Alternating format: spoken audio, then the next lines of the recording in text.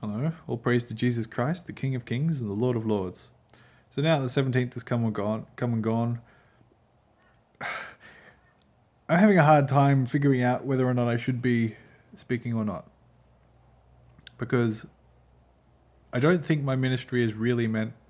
I mean, to a certain extent it's meant for the people who are here now, but I'm so censored and not many people are listening and the momentum is so high. I think I'm supposed to be speaking about QAnon, and basically leaving behind a record for those who want to understand the Christian perspective of what happened, sort of after, in the future, because there's not a lot of people speaking the truth.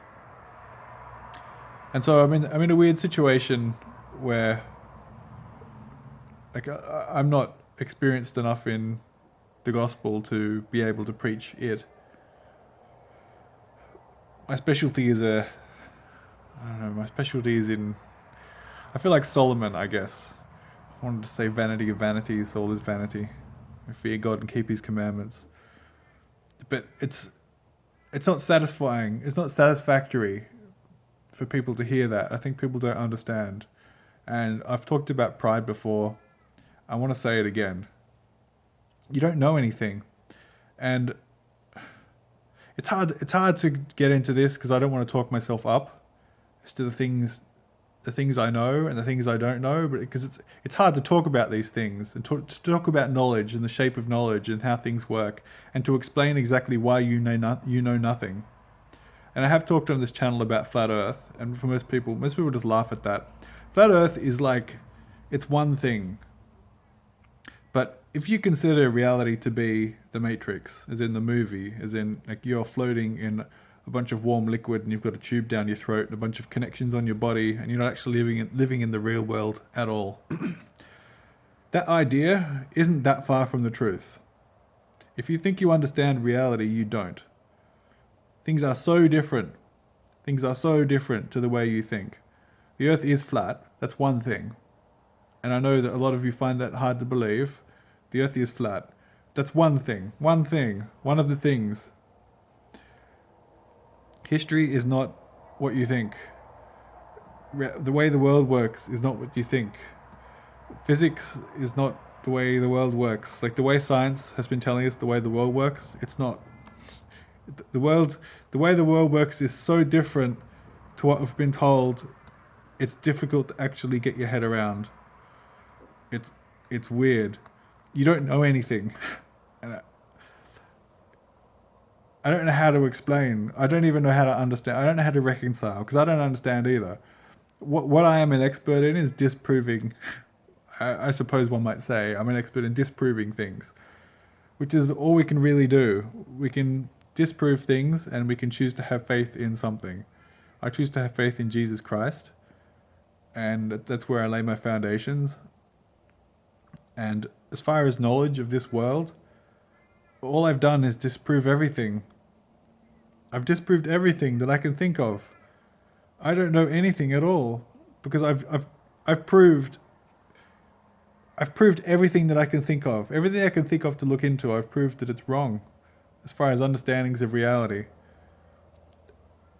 And I talk about pride because of this, because I've proved that one can't know anything. All knowledge is vanity. Therefore I talk to you about pride. And I say, don't have pride. Trust in Jesus. Don't trust in your own understanding. Trust in the Lord. Trust in God. Let every man be a liar, including yourself. You don't know. You don't understand.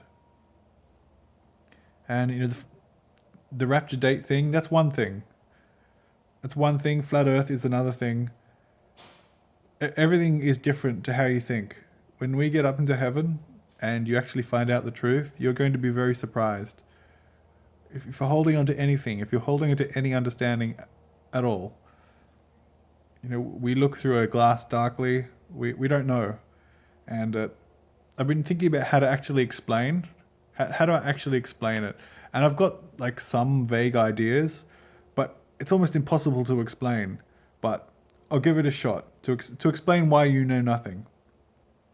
So think about So think about knowledge, right? And let's say this finger here, this is a piece of knowledge, and let's say this finger, it's another piece of knowledge. And you figured these two things out. And because you figured these two things out, you can now combine this knowledge into another sort of, it's a tree. So a bit of knowledge here, a bit of knowledge here. You combine those two bits of knowledge, and at the intersection of those two bits of knowledge is another bit of knowledge. So, like one thing is I thought about, playing guitar, for example. The first thing you might do when you're playing guitar is you might get a pick, and I don't have a pick in my hand, but think about, a pick, the plectrum that you strum the string with, and you figure out how to hold that. And the first time you pick it up, you don't know how to do it. You have to, where in my hand do I put the pick, and how do I put my thumb on it? How do I hold this thing? And that's a bit of knowledge that you need to attain in order to begin playing the guitar. And then you need to figure out how to rest your hand on the guitar so that you can then strum the guitar. That's another bit of knowledge. And once you've got those two bits of knowledge, you can combine them together. Right, now I know how to hit the string. And then you learn how to fret a note. That's another bit of knowledge. You have to learn how do you push down on a string, and how hard do you have to press, and what angle do you have to press down. And then, basically what I'm trying to say is there's these bits of knowledge, bits of understanding, and you gain all these little bits and they're combined into higher level bits of understanding. And after a while, you don't have to worry about all the little things anymore, because you've combined all these little bits of knowledge into the higher level things. If you want to play a note on the guitar, you just pick up the guitar and you start playing the note on the guitar, because you've figured out how to do that higher level thing. And then, as you combine more and more skills and more understandings, you become better and better at playing the guitar. And it's the same with everything. You get the little bits of knowledge, you combine them together into more advanced bits of knowledge, and then you combine and combine and combine. You can think of like pyramids of knowledge. Everything combines together. You get a bit of knowledge here, and you get another bit in, and that combines here, and then combine here, and you build your understanding based on the lower level understandings. You build your higher level understandings based on the lower level understandings of what's going on. I hope that's clear what I'm trying to say. So the problem we're facing is twofold. Firstly, we don't have any of the. If you think of all knowledge going towards a source, and that source would be God. God would be the source of all truth, because God is truth. God would be the top of the pyramid, you might say, and all knowledge would propagate down from God. One of the problems we have is we can't access any of the high level stuff, because we're in our fleshy bodies. We're not in spiritual bodies, so we don't know any of the spiritual stuff. We're disconnected from God. So you might have all these knowledge trees, you might say, all these pyramids of understanding, but because we don't have the top of the tree, because that's blocked off from us, because we can't combine understandings to actually see the path to the top, because of our lack of perspective, we never know what's right, and we never know the ultimate truth, or one might say we can never put together an argument as to what the truth is, which is why faith in Jesus is so important, faith in the Word of God, because we've been given what the truth is, and we can believe in that, but we couldn't write the Bible ourselves. We don't have the right perspective to do it, because we don't have all the spiritual stuff. Another problem we have is that we don't have all of the bottom level knowledge. There's no way in our lifetimes that, like going back to the guitar analogy, I can learn how to play the guitar, and I can develop a whole lot of skills, and I can learn to play a whole lot of different guitar styles.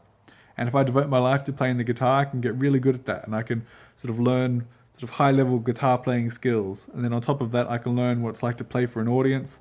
I can learn the interaction between what I play and how other people perceive what I'm playing, and I can get an emotional response from that. And I can sort of stretch out and develop an understanding of reality through playing the guitar, or through playing sport, or through doing this or doing that. You can develop a higher level understandings, but in our limited time here and our limited perspective, we can't develop all understandings. We're limited to our single life. And so because of that, we can't ever build up our knowledge trees, our understandings. Like, we're limited to how high we can build it up. We can never attain all the knowledge we need in order to develop a complete understanding of reality. So in trying to figure things out, we can't access the top bit, and we can't access all of the bottom bit. So as far as we can understand, as far as the best understanding we can possibly attain, is somewhere below the truth.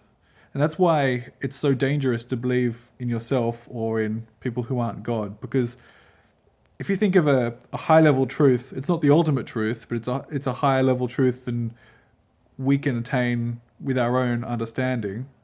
Yeah, with all of our low level bits of knowledge that we've combined together, we might be able to see that some knowledge that somebody's giving us, it might be Satan or something. He can give us knowledge that's above what we currently have. And from our perspective, that seems like valid, good knowledge. But there's no way of verifying whether that knowledge is leading us to God or whether or not that knowledge is leading us off another path. And I don't know, it's such a difficult concept to explain. I've thought about how to explain it. I'm probably doing a bad job. But the point is, you don't know anything. You don't know. And that's why you need to have faith in God. You need to have faith in God. You need to trust in God and only in God. Not about people on the internet. It's not about people on the internet. I hope we're past that now. I realize there'll be, the next set of people will come up and there'll be the new rapture date and there'll be a whole lot of good reasons to believe in that date. And all sorts of stuff like that. But it's never going to work for you. That's not the point. The point is to trust in God. That's the whole point of being here. That's the hard thing to do. Just to completely rely on God. And, you have to read the Word of God, obviously, in order to know what it is. But then you have to walk the walk as well. And the commandments of God are not random and they're not arbitrary. They are for your benefit. If you follow God's commandments, it's not just that He will be pleased for you because you're following His commandments. It's that it will be better for you because those are the best commandments. It is said that God never changes. Well, why does God never change? Why is God eternally the same? Is it just because He likes being that way? Or is it because He's super stubborn and He refuses to change? I don't think so. I think the reason why God never changes is because He is perfect. He is as good as He can possibly be, and so therefore why would He change? He can't get any better. He is the best. He is the source of all truth, all goodness. So why would He change? So when He gives you a commandment, and when you're following Jesus, when you're following God's commandments, He wants you to be more like Him because He is perfect, and so you should be following in Him and be more like Him. I'm trusting in Him, and I don't know. I've been thinking about, because I know so many things. I know so many things about the nature of reality that, like, they're not ultimate bits of knowledge, but they're higher bits of.